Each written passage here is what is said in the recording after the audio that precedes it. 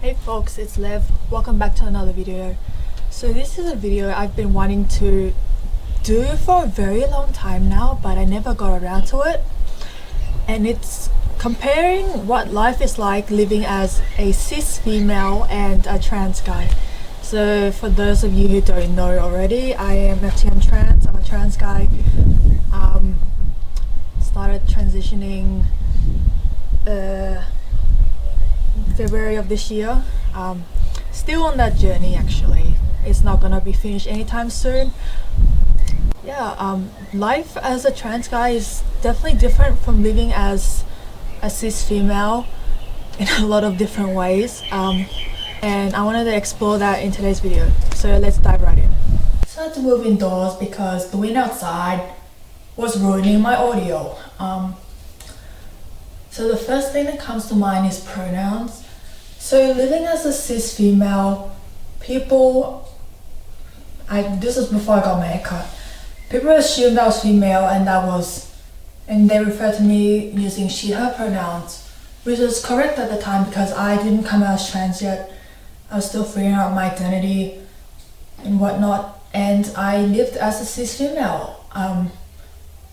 Correct assumptions, but in terms of strangers, even after I came out as trans, well, they didn't know I came out as trans, but I got a haircut and I passed as male. So people I didn't know referred to me using he, him pronouns. Well, most people, not everyone. So they assumed correctly, but like understandably, people who knew me before I came out as trans, they had to adapt to the use of he, him pronouns. I still get unintentionally misgendered, but it's not intentional. These folks are still getting used to it. It's been taking some time, but it's okay. Everyone adapts at their own pace, and I have to be patient with that. So pronouns are interesting, and I've noticed that living in the cishet world, which is cishet is short for a world that is predominantly, like, people in this world are predominantly cisgender and heterosexual. Pronouns aren't, or like asking for pronouns or whatnot, is not a very normal thing or a common thing. Well, when I go to LGBTIQ plus events, every time we introduce our name, we introduce our pronouns too. The two are like stuck together. They're like married. It's like we don't introduce names without introducing pronouns, but that's not what I see in the predominant cishet spaces, which is again it's to be expected because most people are cisgender and will not be misgendered.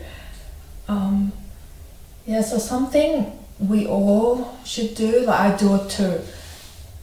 We all should do it regardless of our gender identity or whether we're trans or not or whatnot, is introducing our pronouns with our names. Like now I usually say hi, I'm Lev, I use he and pronouns. Except that I forgot in the intro of this video, but yes, I use he and pronouns. Usually when I talk to people or meet someone new, I'm like, hey, I'm Lev, I use he and pronouns. It's usually connected. Well, sometimes I intentionally forget, but it's a habit I'm trying to build, introducing my name and pronouns and not just my name. And it's also a good thing because it cues others to do the same thing, because I do it so the person I'm talking to is more likely to introduce their pronouns too. Second thing that comes to mind is bathrooms. Gotta love bathrooms. And there's been like a lot of debate over the whole bathroom issue for trans people, especially trans women. I think they have it worse than trans men. But there are a lack of, let's say, gender neutral bathrooms here. Wherever I go, there's a lack of gender neutral bathrooms, and it makes it harder for me and many other trans people to actually go to the bathroom, because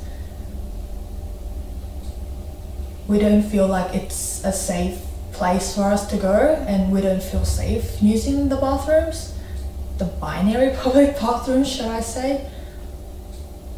So in my experience, like, I don't use female bathrooms anymore because I'm not female, and going there just makes me dysphoric, and that's not what I want to feel.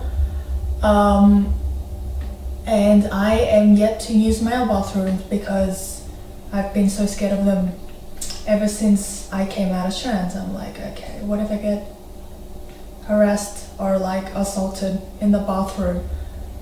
And so right now I have been using accessible bathrooms, literally that only. But using the male bathrooms is something I hope to do soon, given that lockdowns have now eased and we can go outside more. Yeah, I've built a lot more confidence to be able to use male bathrooms, and hopefully that can become a reality really soon. Oh, and on a sort of related note, cis people don't get harassed for, or like, cis people are not harassed or judged or whatnot for using the bathroom that aligns with their gender. Cis male use the male bathroom, these people don't get harassed. Cis women use the women's bathroom, these people don't get harassed. But when like a trans woman uses the women's bathroom, they get harassed and they get judged. It's like, you're in the wrong bathroom and whatnot. Like, I've seen so much stuff online about, it just tires me out, how the world doesn't let people use bathrooms, and the bathrooms that they feel most comfortable with and that aligns with their gender without being harassed or annoyed. Just let us pee like trans people. We are just like cis people. We just want to pee, do our business, you know. We're not having a party in the bathroom, okay? It's just works for trans women, but still a challenge for anyone who is not cis, basically. Thirdly, we have to go through the process of being legally recognized as our gender, and for those who changed their name, legally getting our name recognized.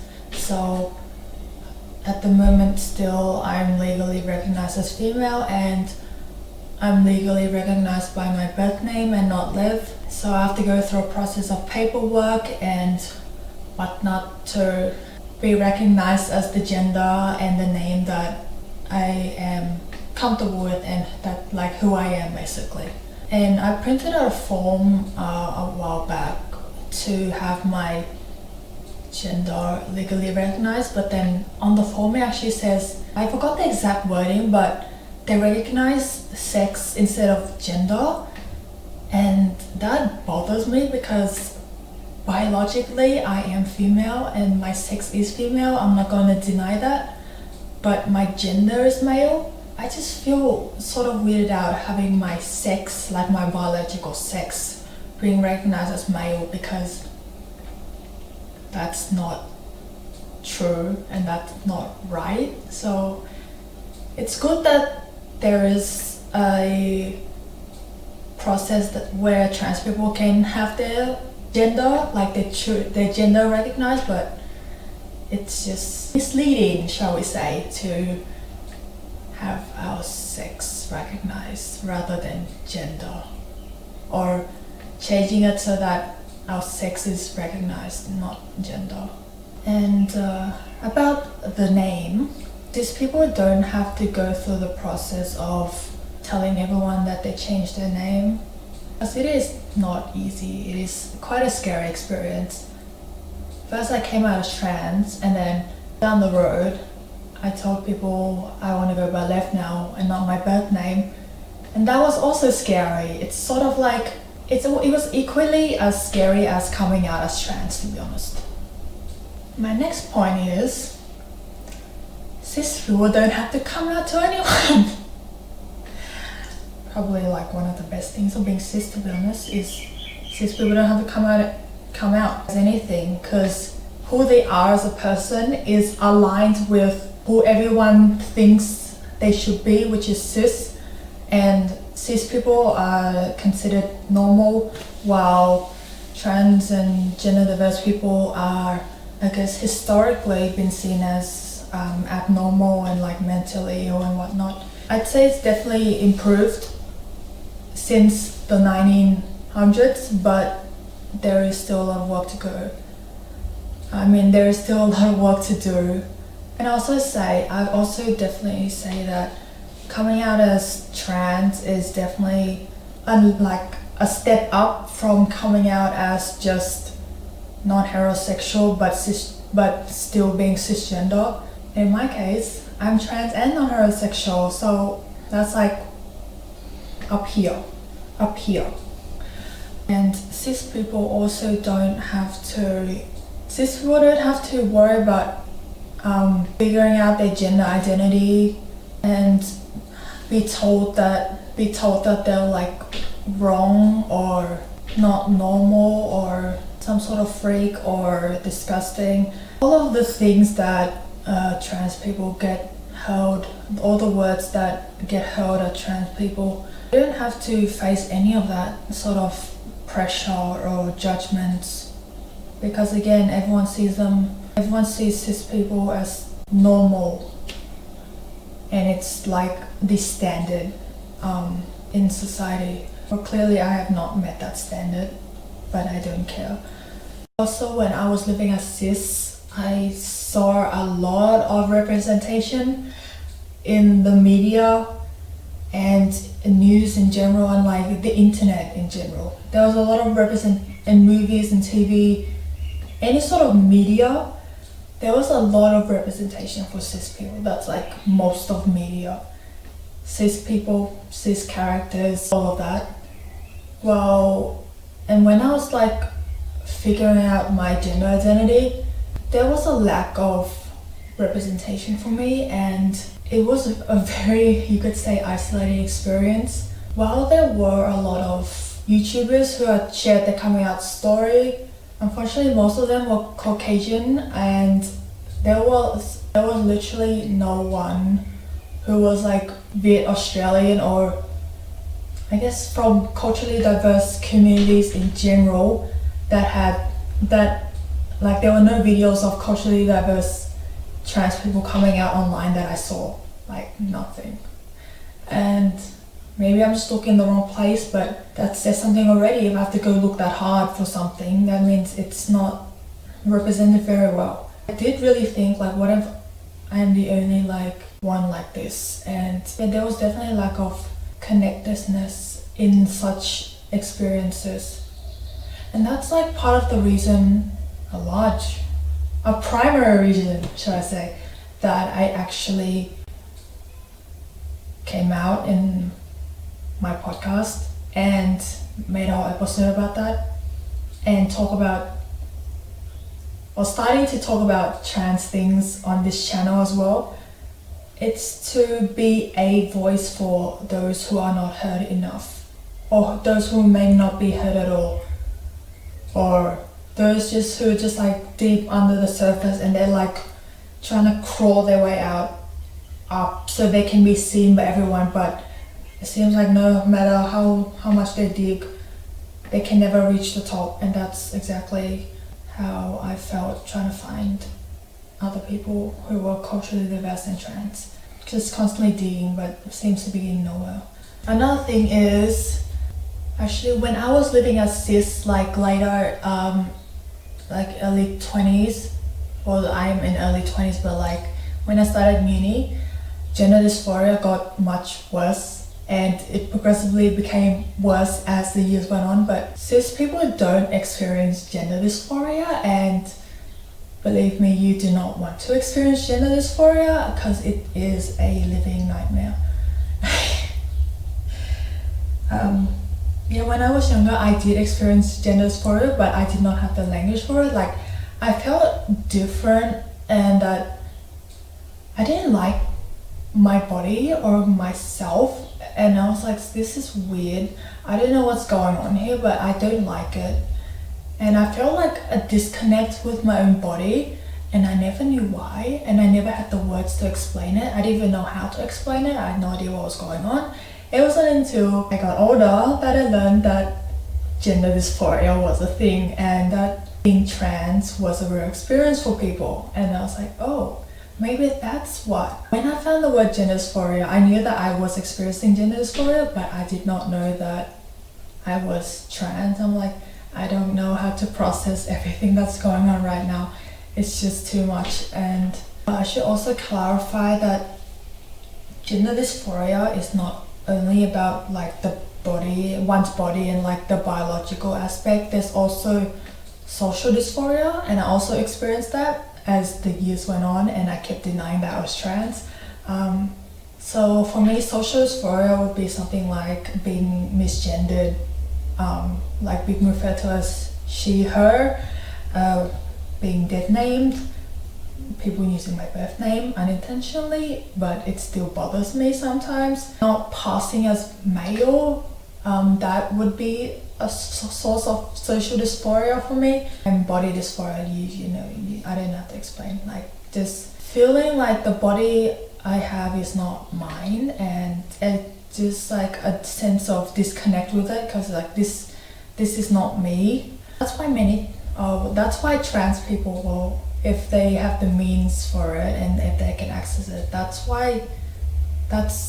one reason, or maybe the only reason, I don't know, it depends on the person, everyone's experience is different, but that's why one reason why trans people do undergo medical transition is to help them feel more comfortable in the body that they do have.